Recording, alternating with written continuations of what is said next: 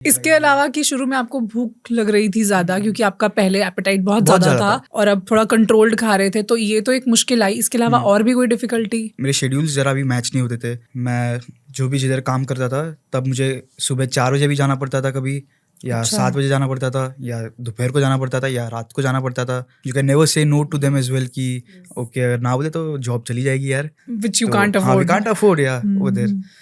सो वो भी एक मेजर चैलेंज था। प्लस दूसरा एक चैलेंज था कि खुद से 3 बार अगर आप बनाते हो तो योर बॉडी गेट्स ट्रेन्ड, मतलब एज इन आप खुद की लाइफ भी उधर संभालो, सब घर के काम भी करो, प्लस खाना भी बनाओ, तो इतना टाइम नहीं मिलता। तो मैंने फिर थोड़ा रिक्वेस्ट किया था मेरे कोच से कि एटलीस्ट अगर 2 बार खाना बना सकूँ ना मैं, तो बेटर रहेगा थोड़ा। मैं कल रात का जो खाना है वो मैं दूसरे दिन डिनर लंच में खा लूंगा वैसे, और ब्रेकफास्ट में कुछ ऐसे लाइट बना दूंगा ऐसे।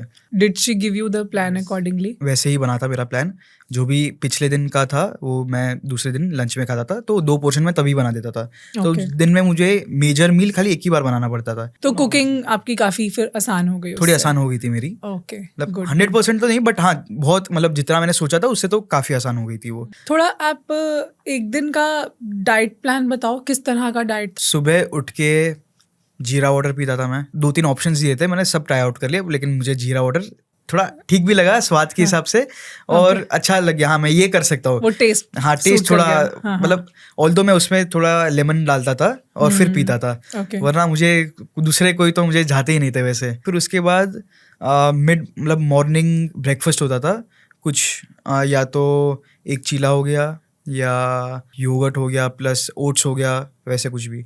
एंड देन मिड मॉर्निंग एक फ्रूट होता था एक।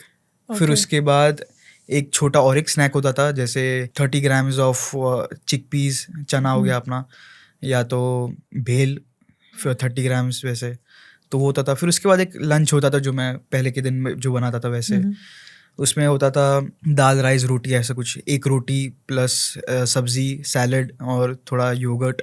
फिर होता था मिड डे स्नैक होता था एक, उसमें भी शाम को उसमें ग्रीन टी होती थी, ग्रीन टी के साथ थोड़ा 15 ग्राम्स ऑफ आलमंड्स हो गया, फिर कुछ छोटा स्नैक हो गया वैसे। और फिर मेन डिनर होता था वैसे ही, या मतलब चना पुलाव हो गया, सोया चंक्स करी हो गया with roti, some sort of rice and 1 curry ऐसे। तो वैसे एक डेली रूटीन बनता था मेरा, और रात को वापस सोने से पहले जीरा वाटर। सो 3 मेन मील्स थे, उसके बीच में छोटे छोटे हेल्दी स्नैकिंग्स थी वैसे।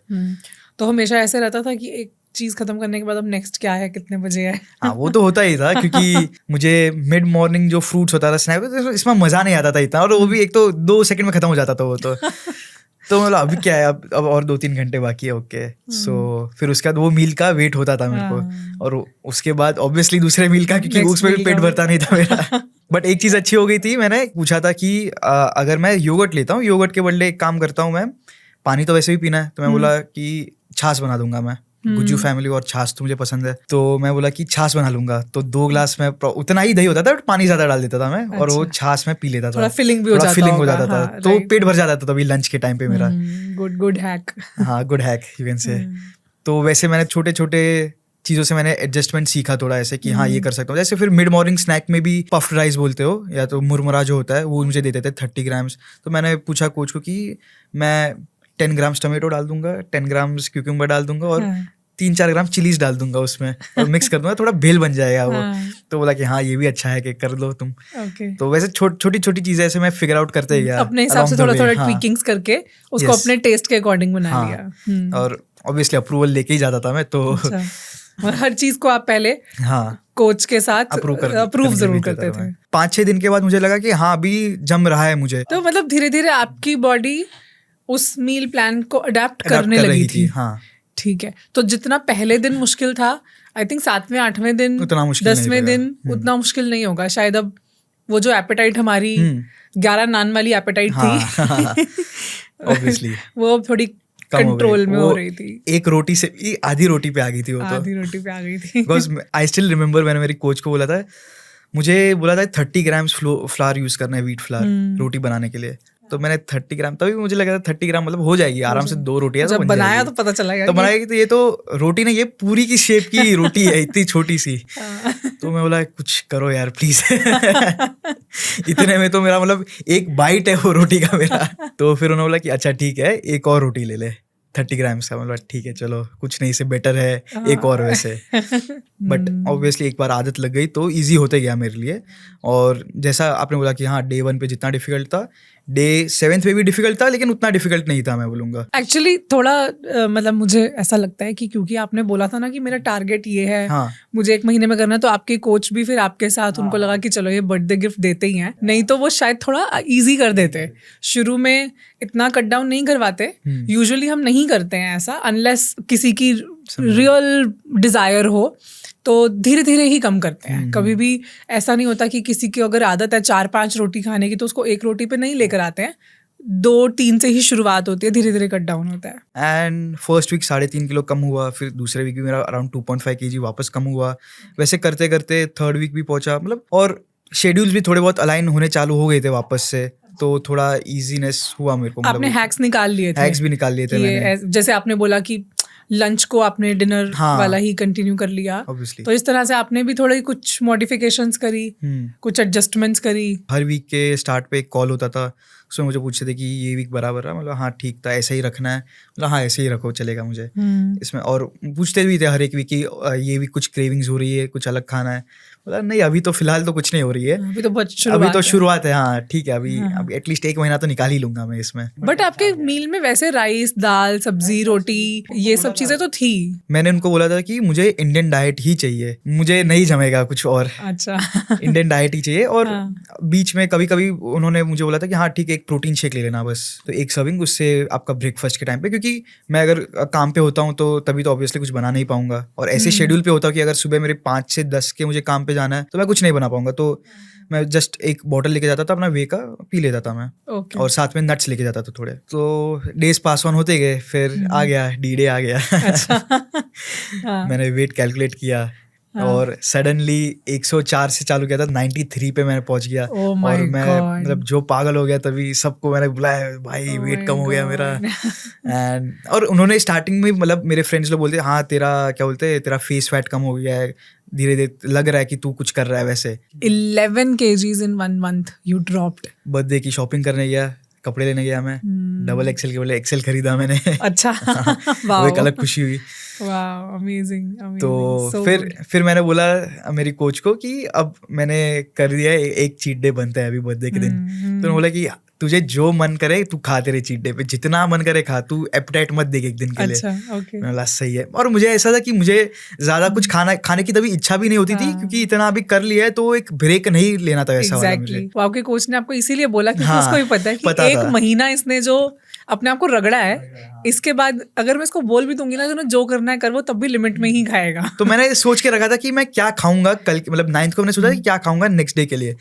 सिंपल प्लेजर्स थे मेरे। मैंने सोचा था कि सुबह उठ के मैं खाली एक ब्रेड बटर खाऊंगा, चीज डालूंगा एक, तो वो एक खाऊंगा, बीच में एक मैकडॉनल्ड्स या फिर किसी तरह से एक फ्राइज ले लूंगा मैं, बस एक वो चीज़ होगी। और मैं सोचा लास्ट को सब पार्टी होगी, जब घर पे सब आएंगे तब मैं वैसे पिज्ज़ा ऑर्डर करूंगा, उसमें पिज्ज़ा और स्टार्टर्स खा लूंगा मैं। बट मैंने प्लान आउट किया था मैं कि खाऊंगा एक पूरा पिज्ज़ा खा लूंगा मैं, एक मीडियम साइज का। 2 पीस मुश्किल से गए मेरे पेट में, तो वो भी एक था। एंड फ्राइज नहीं खाया मैंने क्योंकि मन नहीं किया फिर। तो फिर मैं सोचा कि अभी I have to take this a long way now, अभी इतना कर ले, इससे अभी सेटिस्फाई नहीं होना है मेरे को। And I am showing good results अभी, तो ऐसा नहीं कि पहले जैसा है कि हो गया रुक गया। और अभी तो मुझे मेरे पास एक कोई है जो मुझे सपोर्ट कर रहा है, प्लस मुझे एक स्ट्रक्चर्ड वे आउट दिखा रहा है उसका। ट्रू। और पार्थ, जो आपने पहले महीने में ही 10-11 किलो वेट लूज किया ना, ताकि जो लोग हमें सुन रहे हैं उनको ये एक एक्सपेक्टेशन ना बन जाए कि हाँ 1 महीने में 10-11 किलो वेट लूज हो जाता है या करना सेफ होता है। ये मैं यहाँ पे क्लियर करना चाहती हूँ कि सबकी बॉडी टाइप अलग अलग होती है,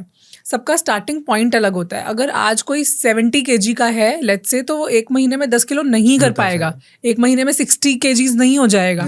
कोई 60 का है तो उसका 5 भी नहीं होगा। मतलब ये बहुत डिपेंड करता है कि आपका इनिशियल वेट कितना है। जब इनिशियल आपका 100 से भी ज़्यादा होता है ना, तो वो फर्स्ट 10 kg शेड करने थोड़े आसान होते हैं। काफ़ी वाटर वेट होता है, काफ़ी वो ऐसा वेट होता है जो जल्दी शेड हो जाता है। बट यही जैसे जैसे you get closer to your ideal body weight, it gets, I would not say more difficult for you, but the amount of weight that you shed it starts decreasing. Let's say आप 58 kg की और आपको 55 करना है, तो ये 3 kilo में ही आपको 1 महीना लग सकता है. That happens. मैं अभी अगर 78 पे अगर मेरे को 75 पहुंचना है, मैं लास्ट 3-4 महीने से ट्राई कर रहा हूँ. Exactly. तो जितना क्लोजर होते हैं उतना आपको टाइम थोड़ा और चाहिए होता है, क्योंकि बॉडी में स्कोप ही नहीं है. जब आप 110 किलो के तो आपकी बॉडी में बहुत स्कोप है, बहुत कुछ उसमें से बहुत सादा शेड किया जा सकता है. सो यहाँ पे मैंने 1 मिनट लिया ताकि लोगों को ये गलत फहमी ना बने कि अच्छा 1 महीने में 10 किलो लूज तो करते ही हैं ये लोग, तो ये सेफ है, हो जाता है. So it should be clear. हाँ जी. पहले मेरा ऐसा था कि ट्राई आउट करता हूँ कि कैसे चलता है मेरा 1 महीना. अगर होता है तो ठीक है, आई विल एक्सटेंड इट. वैसे तो मैंने वापस कोच को बोला कि okay I will extend it by 1 more month वैसे, बिकॉज जम रहा है मेरे को अभी, एंड आई विल सी और क्या होता है अभी. तो वापस चालू किया मैंने वही सेम. फिर तभी मैंने थोड़े अपने रिक्वेस्ट भी बोलने चालू किए कि हाँ अभी ये चीज़ की क्रेविंग हो रही है मुझे. तो मुझे आई am a big fan of being a Gujju. I am a big fan of South Indian food. तो मैंने पूछा उनको कि कुछ डोसा इडली वगैरह ऐसे आए तो मज़ा आ जाए वैसे. तो उन्होंने नेक्स्ट वीक में 3-4 दिन डाल दिए डोसे. अच्छा.